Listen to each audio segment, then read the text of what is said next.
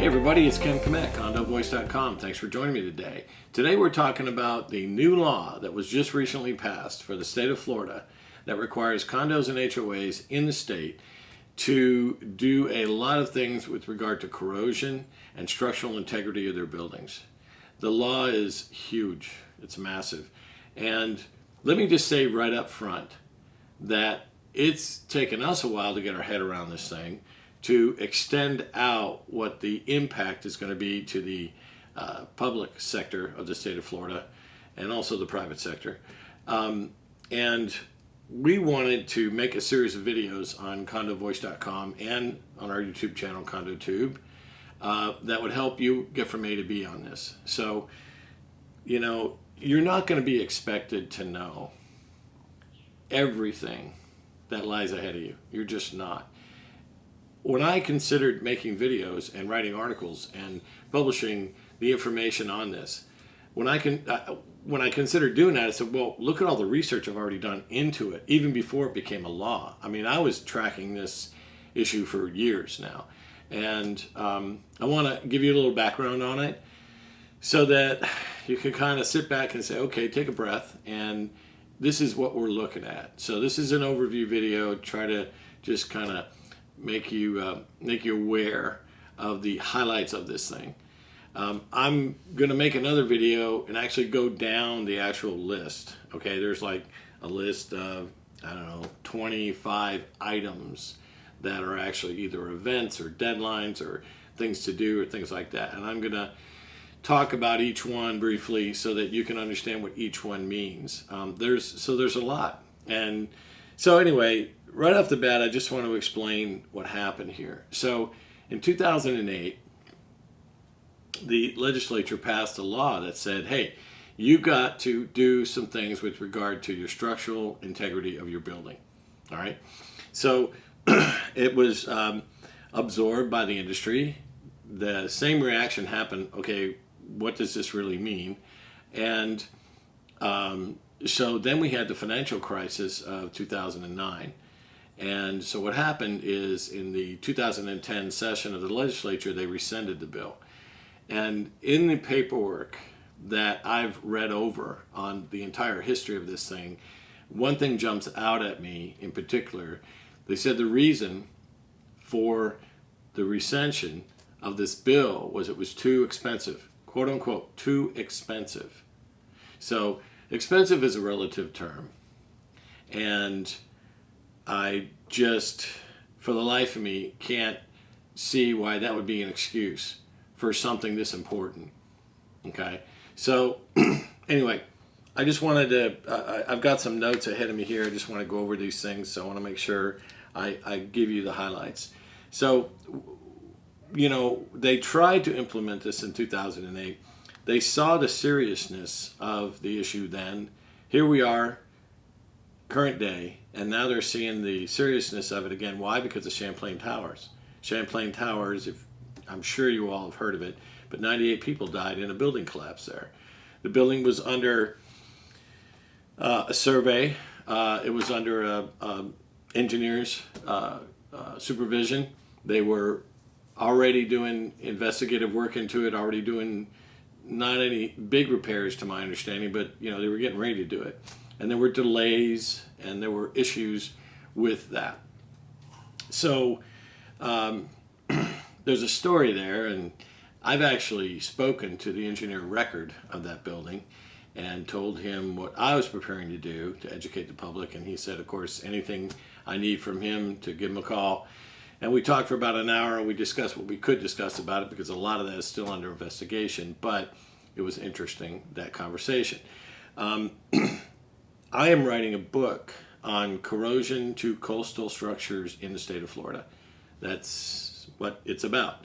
And just so you know who I am, I have owned a property management company on the Florida Gulf Coast here for 40 years.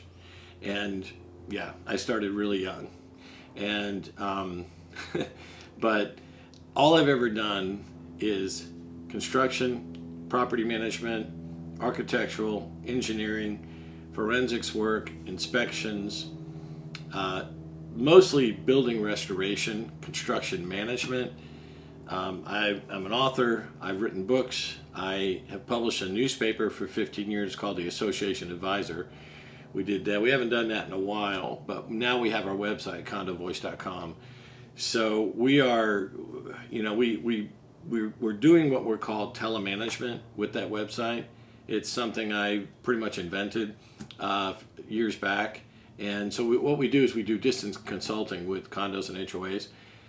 We get them from A to B, and that's it. We charge them, we help them. We give them the benefit of our experience, which is a lot, frankly.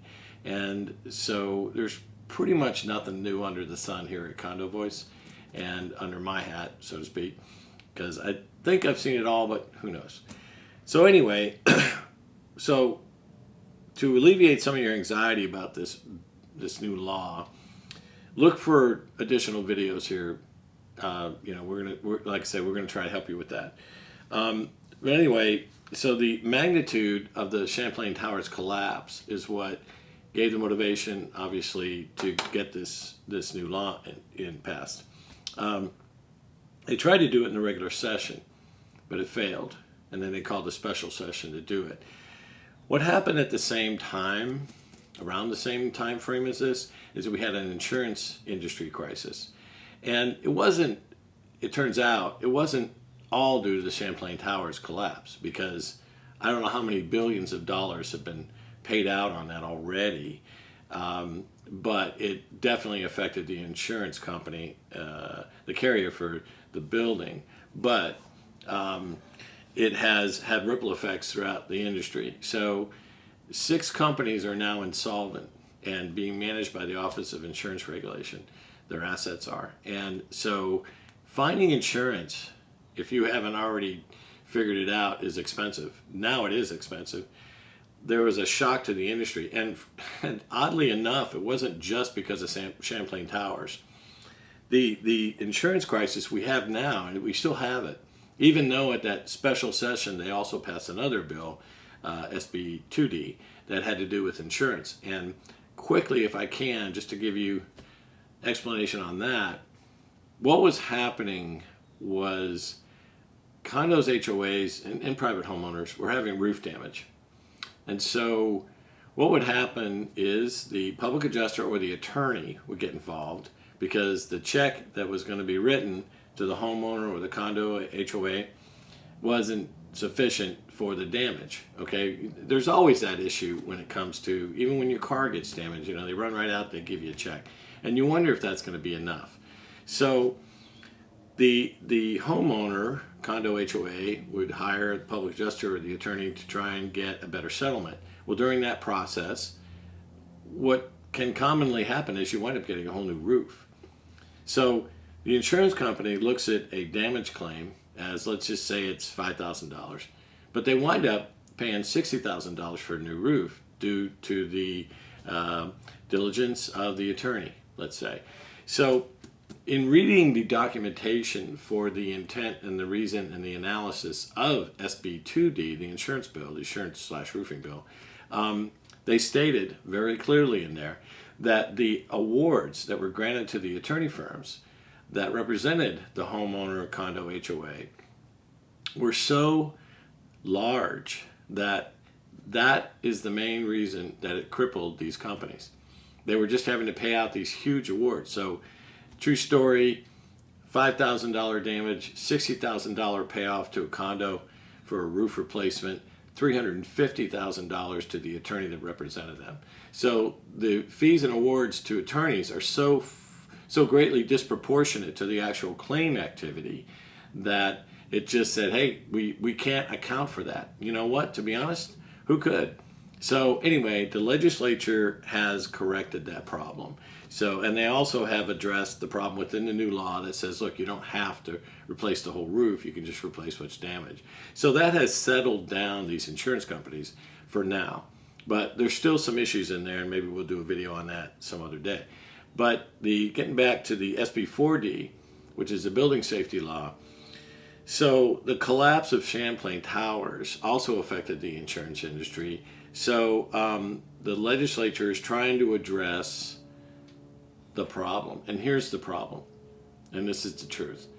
Condo boards, HOA boards, especially in coastal communities, have not funded their reserves and have not done building inspections such that they're being responsible, okay, about their property. They're just not. They just put it off.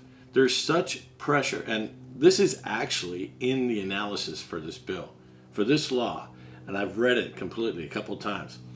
Got it right here, just to show you. I have highlighted this thing. This is the analysis of the bill. One of the biggest things they quote here is the psychology of boards. And what they do is they delay, they avoid, they deny, okay, that there's issues with their building. They don't want to be the ones to tell the residents, hey, we've discovered something and it's going to cost you a lot of money. And neither will a manager want to do that either. Trust me. I've done that before and I've been treated terribly, okay? And in one case, which has hardly ever happened to me in my lifetime, I actually got fired because of it, all right? And what happens is there becomes this infighting. The first thing, so when you come to a group of owners, condo owners, HOA owners, you say, hey, we got to have a special assessment. That word strikes terror and rage in the hearts of the residents. Because think about it, okay? So you have a budget, and you're supposed to anticipate your future expenses for 1 year. But these expenses are due to deterioration and corrosion that's been happening for maybe decades, maybe 10 years, maybe 5 years, whatever your case is. And all of a sudden, you've got to have it inspected. It's got to be done by an engineer. You're going to have repairs. And what's all that going to cost? You don't know. And what does that process entail? You don't know.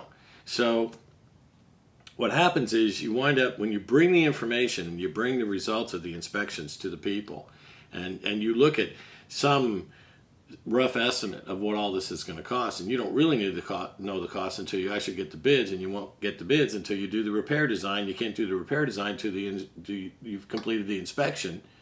Okay, so we're working backwards there, but that's the process. People just start guessing, and there's a lot of pressure to know what that special assessment is going to be because units are being sold, bought and sold. And these buyers and sellers are saying, hey, wait a minute, now I'm not going to buy this. I'll buy the unit, but I want to know what my future costs are going to be. So they wind up haggling over this. I mean, seriously haggling over it. So it can also nix the sale because the people are saying, okay, I just don't want to deal with it because they can't agree on a number because there is no number. So the cost of this bill, the cost of this law, no one's going to know it. So don't get overwhelmed with the fact that, oh my gosh, how much is this going to cost? No one knows that now. We're having a hard enough time figuring out what the initial inspection is going to cost. So, so here's the way this works. So you have a deadline. You have to report to the state. If you're 3 stories or higher, any buildings that are 3 stories or higher, actually you should have already done that by January 1st of 2023. And then if you depending on where the location of your building, you have to have this milestone inspection if you're so many years old. So it's I believe it's 30 years from initial occupancy, which is a debatable date, and if you're within 3 miles of the coastline, and coastline has to be defined, the word coastline, 25 years after initial occupancy. So do the math on when you were initially occupied. You're going to have to find that out. The certificate of occupancy is not necessarily the date that was occupied. And is it the first person that moves in, or is it the last person that moves in? Is it when the developer turns it over to the association, which is usually 90% completion or 90% sold? I don't know. So there's a lot of stuff. This is a broad brush law, and it covers a lot of properties and a lot of stuff. And in my way of thinking, not enough, even though the intent of this is great, they should have not rescinded it in 2008, in my opinion. They should have stuck to their guns and said, no, we've got to do this regardless of the condition of the economy, because what happens, structural failure can cause not only property damage, but death. It can cause harm to you too, but look what's happened. Now, let's see. So anyway, you've got these deadlines, you've got these inspections to do, And in an overview of what lies ahead of you, just know that everyone is seeking engineers. So here's a couple of the issues with regard to the bill. A, there's 41,000-ish engineers in the state of Florida, and they're already booked. When this law came, they're already busy. So here you're going to throw on how many inspections? There's hundreds of thousands of condo associations and HOAs in the state of Florida, and most of those are condensed on the coastlines. So, how in the world does the legislature think they can impose a deadline to have the initial milestone inspection completed by, I believe it's, I should have this right here, let's see, it's 2024, it might be December 31st, 2024, so you have, basically, this is January 20th, I'm doing this video, you have 2 years to get that done.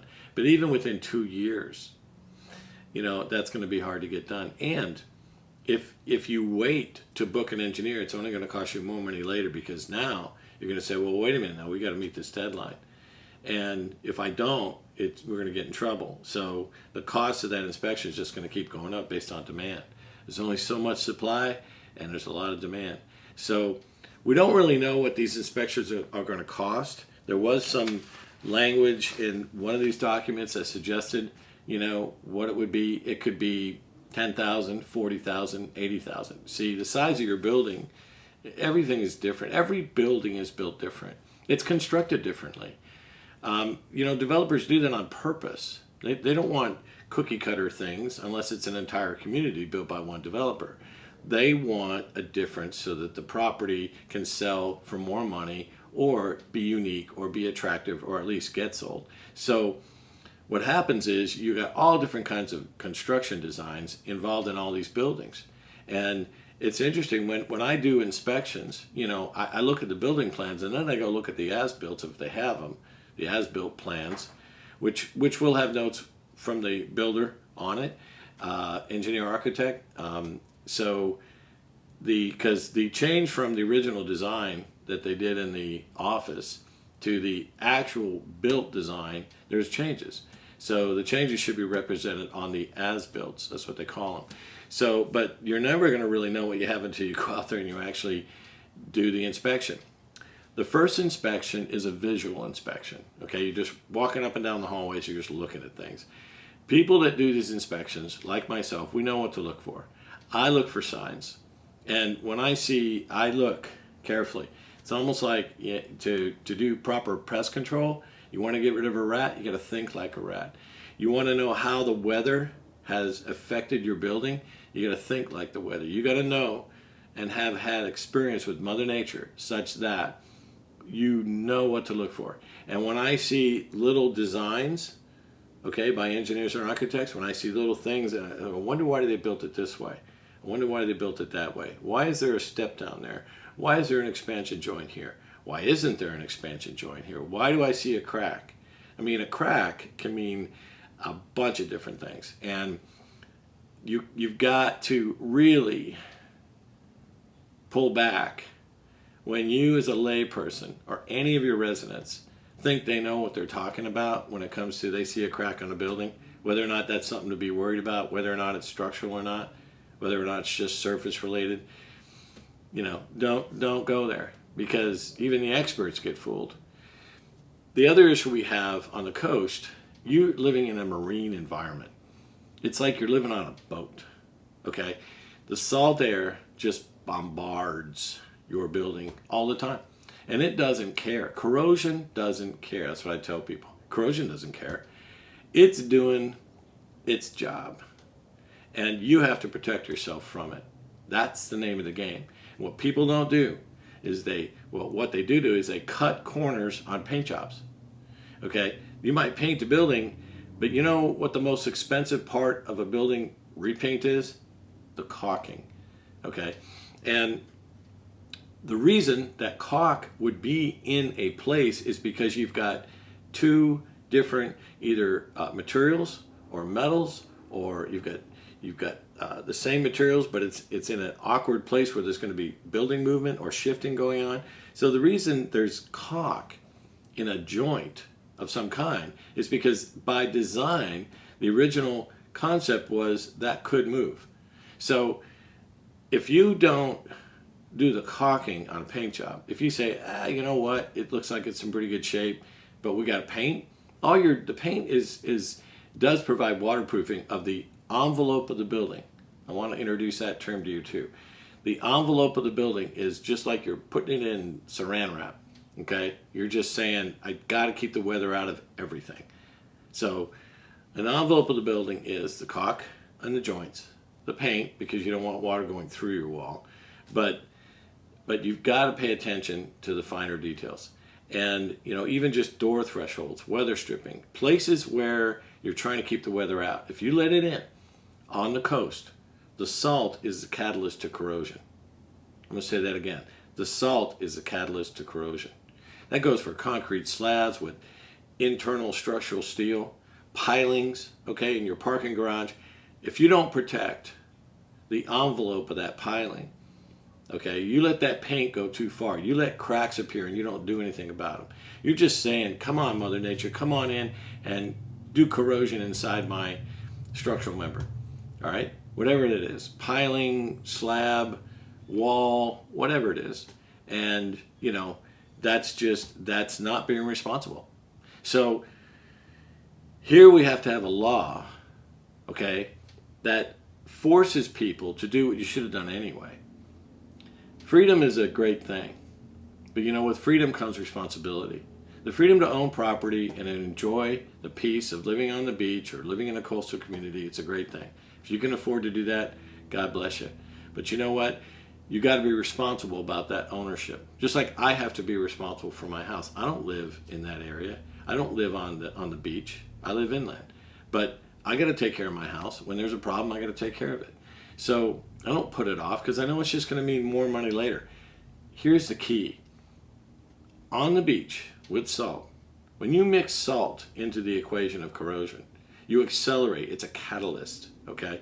So once it gets in there, it takes that same steel bar that's inside a beachfront condo, inside a concrete slab.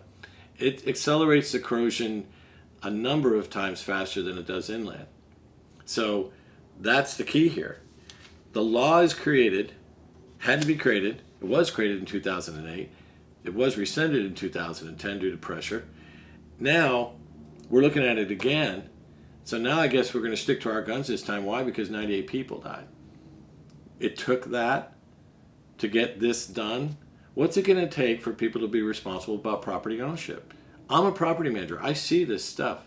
It doesn't. I can't get it through my brain that when there's maintenance required, we don't do it, and that happens a lot. If it's not in the budget, we don't do it. So the pressure to keep maintenance fees low. Attention, realtors, are you hearing me? So many times when a property gets sold, I hear it from realtors with regard to management, how it's being run. What are the fees? Well, you can't comp fees. Each building takes what it takes to maintain it. You cannot comp fees. You might be able to comp property values, okay? But you're shooting from the hip when you do that anyway. So to even think that you could remotely judge a property's value based on what the maintenance fees are, it's ridiculous. And that's what happens. You get pressure from realtors, pressure from a lot of different people. I'm just not picking on realtors. But people that don't understand the concept, don't understand what the nuts and bolts, doesn't know how the sausage is made really, okay? And they think that because they're going to bring pressure and trash talk and do whatever they're going to do, it makes the board members go, oh my gosh, we got to keep these fees low. So the pressure to keep fees low and not do the regular maintenance, much less establish reserves. This bill calls for you to have a structural integrity reserve study. And you also have to upgrade your reserves, and you have to fund them now to make sure you have enough money in there when the time comes to replace that major component. So a huge upgrade is going to come now to the structural integrity reserve study. I mean, you used to be able to pick up the phone, call somebody. They wouldn't even go to the property. They would look it up, shoot your number, you put it in the file. That's what got put on the budget. Boom. And most condos don't do that. Most condos just kind of guess at it, and that's not good either. So this law brings into focus a huge problem, and I'm glad it's being addressed.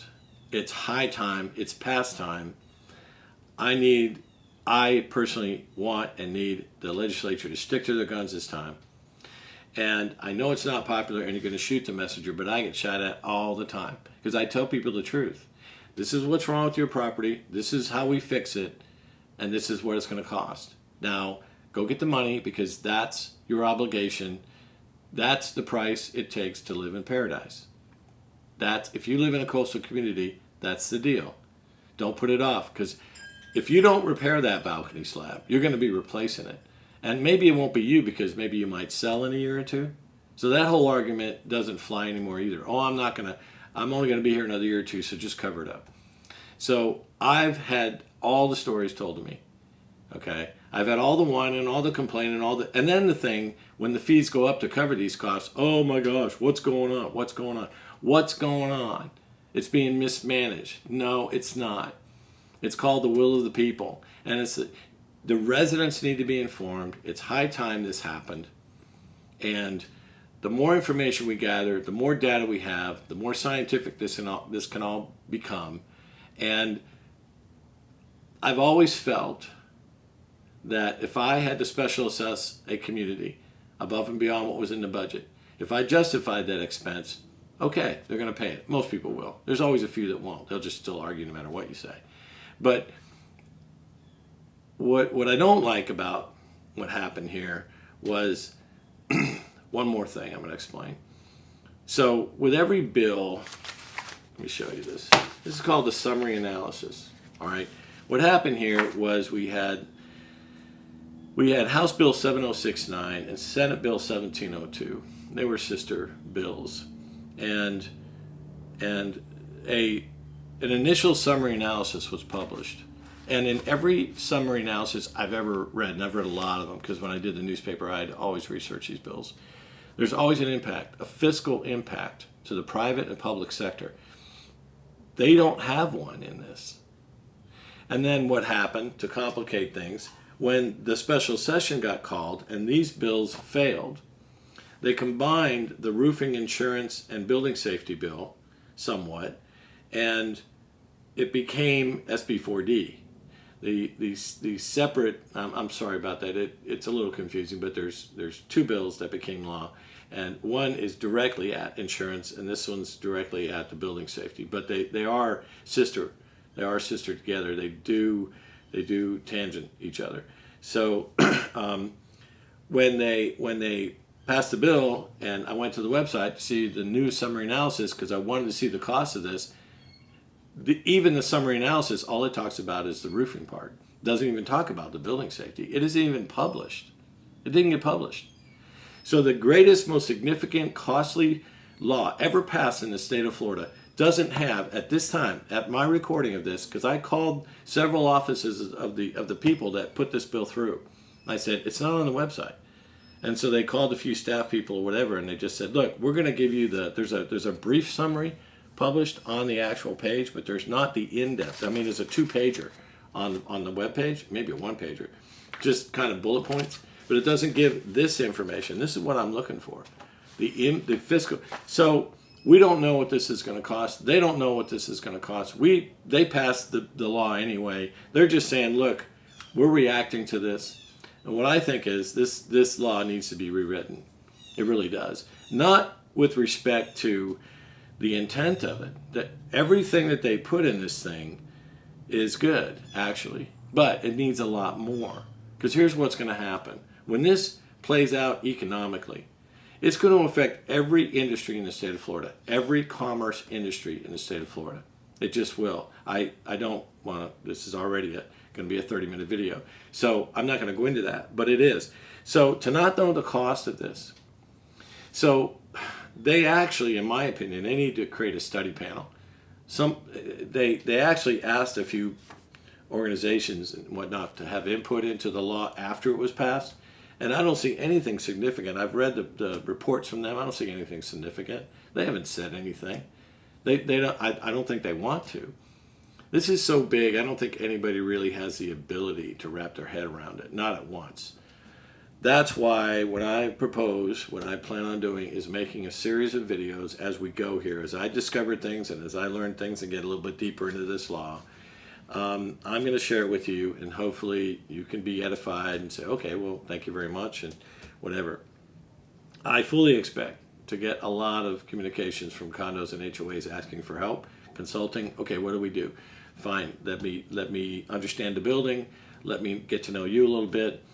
I will tell you what you need to do, and then you go do it. I mean, I'm not going to do it for you, but I can certainly consult with you if you want to come over to condovoice.com, and we'll exchange some emails, get on the phone, maybe do a video conference. We can do that. I mean, that's what we do.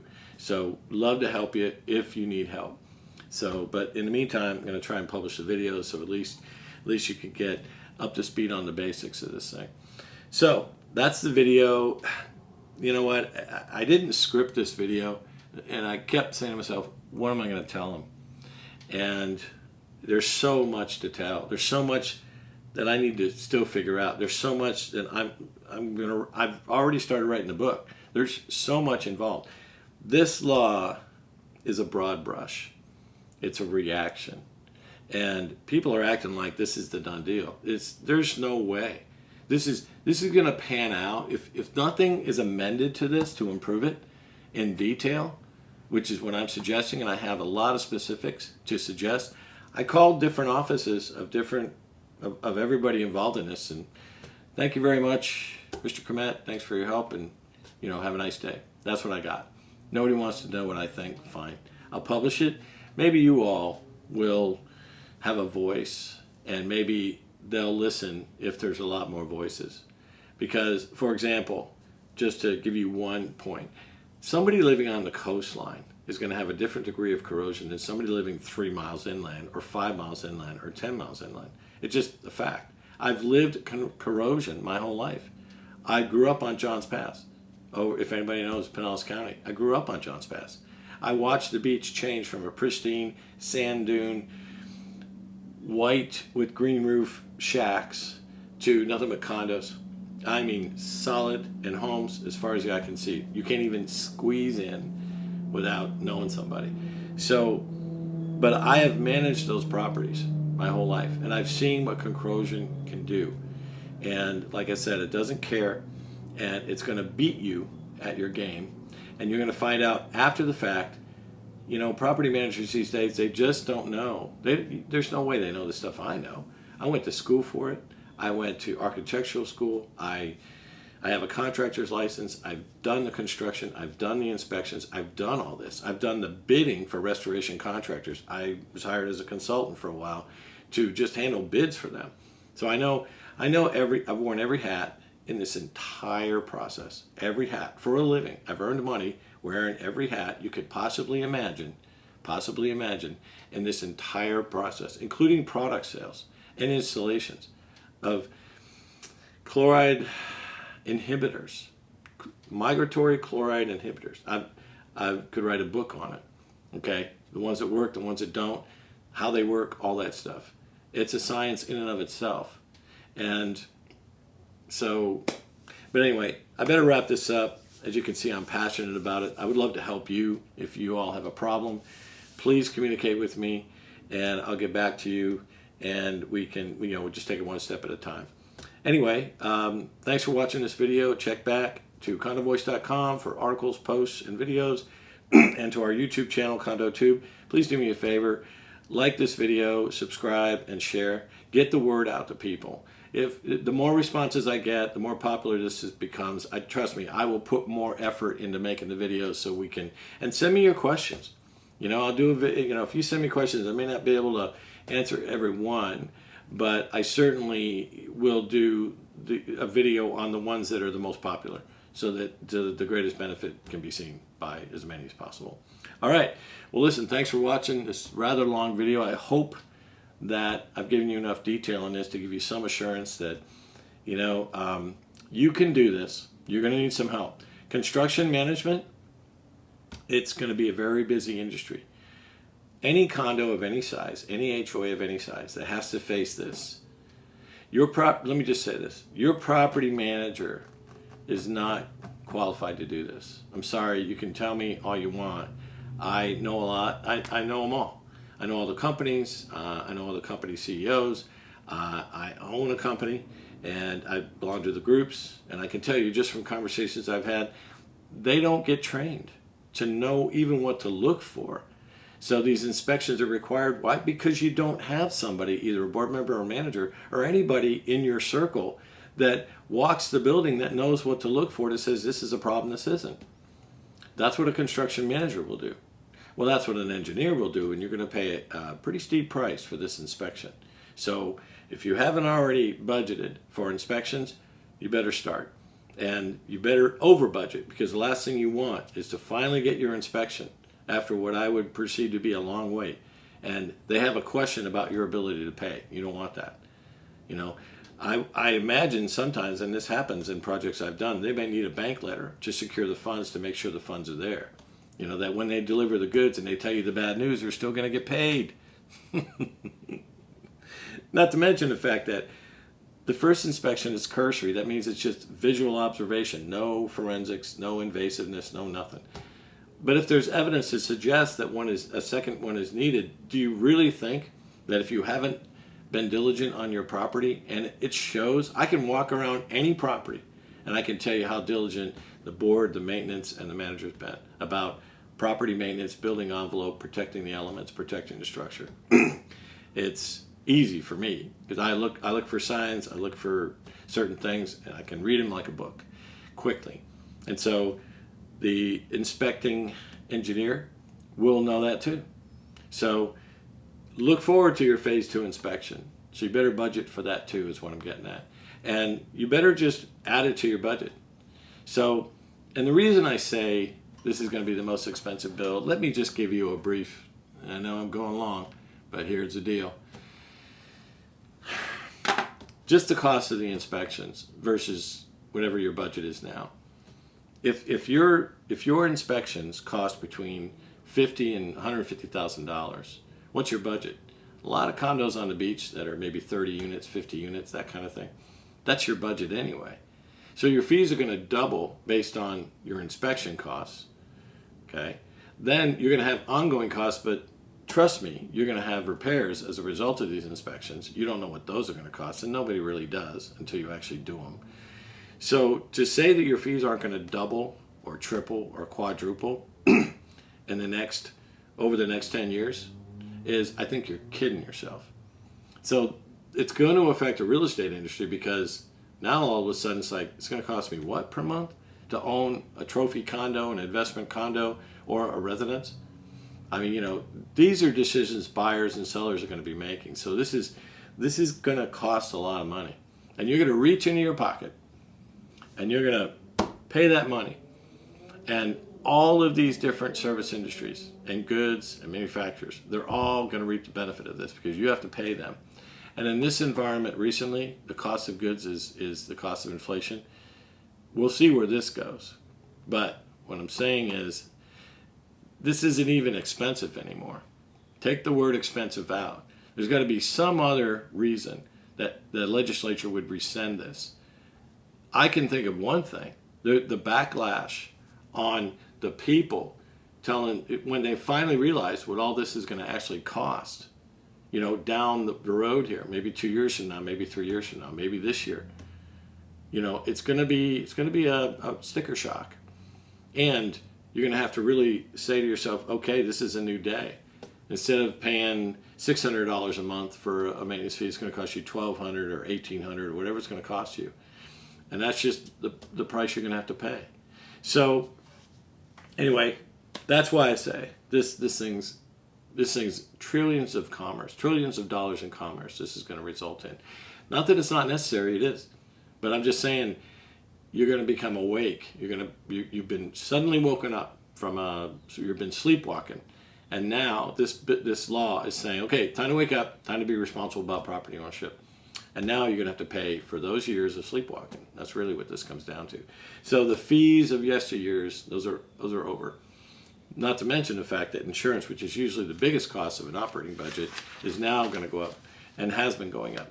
and it may never come back down again, like taxes. Okay, so anyway, I know it's all bad news because it's all going to cost more money, but the good news is, if you are proactive now, and you take care of your building is going to get a good reputation because it's going to be well managed this time, and you're going to be fully funded. Okay, so that any buyer is going to say, oh, well, great, you're being responsible both with your actions and with your fiduciary relationship, which is your money. Okay, you're saying, yes, you're paying us these fees. We are responsibly deploying them on expenses that are required. These are required expenses, and future expenses, you're going to be funding those. And condos are notorious for waiving their fully funded reserve requirement by the state statute, funding them by half, funding them by quarter, pooling them. Okay, pooling isn't a bad word, it's just an option. But I'm just saying the actual real hard costs of this as a building ages, it's just what it costs, especially on the beach because of the salt. Anyway, I went longer than I wanted to, but anyway, I just hope you've benefited from this. Send us an email, go to the website, click contact, send us an email, let us know how we can help you. We're going to do the comments in the YouTube videos. Comment on there. We'll try to respond to those. We'll do the best we can. We're here to help. We understand you. We understand all of this more than you can imagine, to be honest. And we just want to help you guys. So, thanks for watching. You all have a wonderful day.